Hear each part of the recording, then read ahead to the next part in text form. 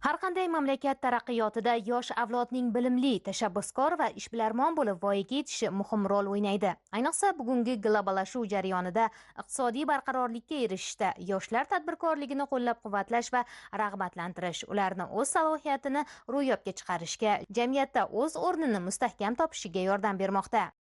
Ayni bu borada Samarqand viloyatida ham tizimli ishlar amalga oshirilib, tashabbuskor va shijoatli yoshlarning istiqbolli loyihalari qo'llab-quvvatlanmoqda. Viloyatda yoshlar bandligini ta'minlash, ularni biznesga yo'naltirish maqsadida 500 nafardan ortiq rahbarlarga 12316 nafar ishsiz yoshlar biriktirilib, bugungi kunga qadar ularning 2015 nafarining bandligi ta'minlandi. O'zbekiston Respublikasi Prezidentining 2024-yil 5-apreldagi yoshlarga yer ajratish orqali ularning daromadlarini oshirish va bandligini ta'minlash, shuningdek yangi yer maydonlarini o'zlashtirish chora-tadbirlari to'g'risidagi qarori asosida 20202 nafar yoshlarga 6729 gektar yer maydonlari ajratilib, bugungi kunda ular dehqonchilik faoliyatini olib bormoqda. Shu bilan birga mo'may daromadga ham ega bo'lyapti.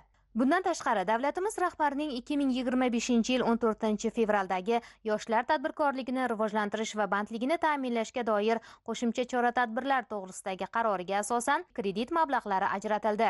Ushbu kreditlar evaziga yoshlar biznesi yanada rivojlanib, ularning daromadi oshdi, bandligi ta'minlandi. Mahallalarda yoshlar bilan ishlash masalalarini muvofiqlashtirish bo'yicha Respublika ishchi guruhi Samarqand viloyatida bo'lib, yoshlar bandligini ta'minlash, tadbirkorlik faoliyatini rivojlantirish, shuningdek dehqonchilik bilan shug'ullanishi uchun ajratilgan yer maydonlaridan foydalanish holatini o'rgandi. Mazkur yo'nalishdagi ishlar samaradorligini yanada oshirish maqsadida tegishli chora-tadbirlar va tavsiyalar ishlab chiqildi. Bigali Usmonov 28, Anvar Rasulov esa 27 yoshda. Bulung'ur tumani Fozil Yo'ldosh mahallasida yashovchi bu ikki yosh avtomobillarni ta'mirlash bo'yicha yaxshigina tajriba to'plashgan. Shu vaqtgacha ishsiz bo'lgan yoshlarning prezident qarorlarining amaldagi ijrosi tufayli bandligi ta'minlandi. Bigali 100 million so'm imtiyozli kredit oldi. Hududdagi tadbirkorlar markazidan joy olib, avtomobillarga texnik xizmat ko'rsatishni yo'lga qo'ydi. Shu ustaxonani ochdik, kredit chiqarib bergan. Ustaxonamizga kerakli bo'lgan instrumentlar, anjomlar hammasini oldik. Kelajakda niyatimiz bu ustaxonani kengaytirib, 10 taga yaqin ishchi o'rin ochmoqchimiz. Prezidentimizga rahmat. Mana shunaqa imtiyozlar berganligiga, shu imtiyozlardan keng foydalangan holda, Xudo xolasa, ishonchimni qoqlagan holda harakat qilamiz. Yoshlar yetakchisining o'rni juda katta bo'ldi. Bizga misol kelyapti-da, mana shunaqa imtiyozlarimiz bor, foydalanasanmi deb bizga taklif beryapti. Bizga taklif bergandan keyin biz albatta u imtiyozni ko'rganimizdan keyin undan foydalandik. Prezidentimizning kambag'allikdan farovonlik sari dasturi doirasida mahallamizda barcha kambag'al oilalar ro'yxati shakllantirildi. 115 nafar xonadonni ro'yxat qilib shakllantirdikda tuman tashkilot rahbarlari biriktirildi. Asosan ularga ish qurollarini berish va ularni ishga o'rgatish, farzandlarini o'qishga, ya'ni to'garaklarga jalb qilish kabi ishlar olib borildi. Maqsadimiz mahallani, demak, butkul ishsizlikdan xoli hududga aylantirish, demak, tadbirkorlikni rivojlantirish, prezidentimizning barcha siyosatlarini, demak, mana shu mahalla doirasida amalga oshirish. Ulug'bek Mamadaliyev esa 65 million so'mlik imtiyozli kredit evaziga muzqaymoq ishlab chiqarish va sotish loyihasini amalga oshirdi. Hisob-kitoblarga ko'ra, bir kunda o'rtacha 450-500 ming so'm daromad qiladi. Oylik daromad esa 10-12 million so'mni tashkil qilmoqda. Ma'lumki, yurtimizda yoshlarni tadbirkorlikka jalb etish, ularning bandligini ta'minlash va iqtisodiy faolligini oshirish borasida keng qamrovli ishlar olib borilib, yoshlarga ulkan imkoniyatlar eshigi ochilmoqda. Bu imkoniyatlardan unumli foydalanayotgan yoshlar safi esa tobora ortib boryapti. Faol va tashabbuskor yoshlarimiz orasida Mirzabek Ahrorov ham bor. U ham imtiyozli kredit evaziga avtomobillarga texnik xizmat ko'rsatish loyihasini amalga oshirdi va natijada 2 nafar ishsiz yoshning bandligi ta'minlandi. Kredit oldik 100 million. Yoshlar yetakchisiga murojaat qildim. Shuning natijasi ishli bo'ldik. Toshkentga o'rganib keldim, o'zim o'qib keldim. Prezidentimizga rahmat, shuncha sharoit qilib bergani uchun. Xursandmiz, hammaga tavsiya qilib qolamiz. Fozil Yo'ldosh mahallasida 3680 nafar aholi istiqomat qiladi. 671 ta xonadon, 1000 dan ortiq oilaning ishli, daromadli bo'lishi, tinch va totuv, farovon turmush kechirishi yo'lida mahalla yettiligi tunu kun faoliyat olib boryapti. Mahalla markazi yurtimizda olib borilayotgan islohotlar bois zamonaviy ko'rinishga keldi. Har bir xodim uchun yetarlicha sharoit yaratildi. Hududdagi oilalarning iqtisodiy tomoni yaxshi bo'lsa, ro'zg'ori but va turmushi farovon bo'ladi, deydi ular.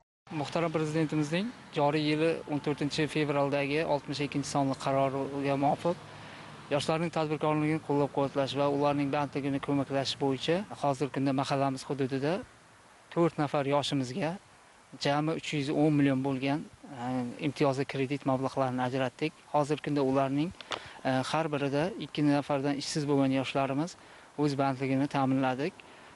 Hozirgi kunda har 4 tala loyihamiz ham o'z ish faoliyatini boshladi. Ularning kunlik daromadi o'rtacha 400-500 mingni tashkil qilyapti. Prezidentimiz tomonidan ta'kidlaganday, hech qanday hududda ishsiz yoshning o'zi bo'lmasligi kerak degan tamoyilda mana bizlar ham mahallamizda eng chekka qishloqlarda ham prezidentimizning mana shunday chiqarayotgan yoshlarga berayotgan imkoniyatlari yo'lga qo'yildi. Bundan yoshlarimiz, mahalla yoshlari juda ham xursand va mamnun. 25-yilning boshidan hozirgi kunga qadar aholi o'rtasida tadbirkorlikka ishtiyoqi bor, tadbirkorlik bilan shug'ullanish istagi bor fuqarolar bilan alohida ro'yxat shakllantirildi.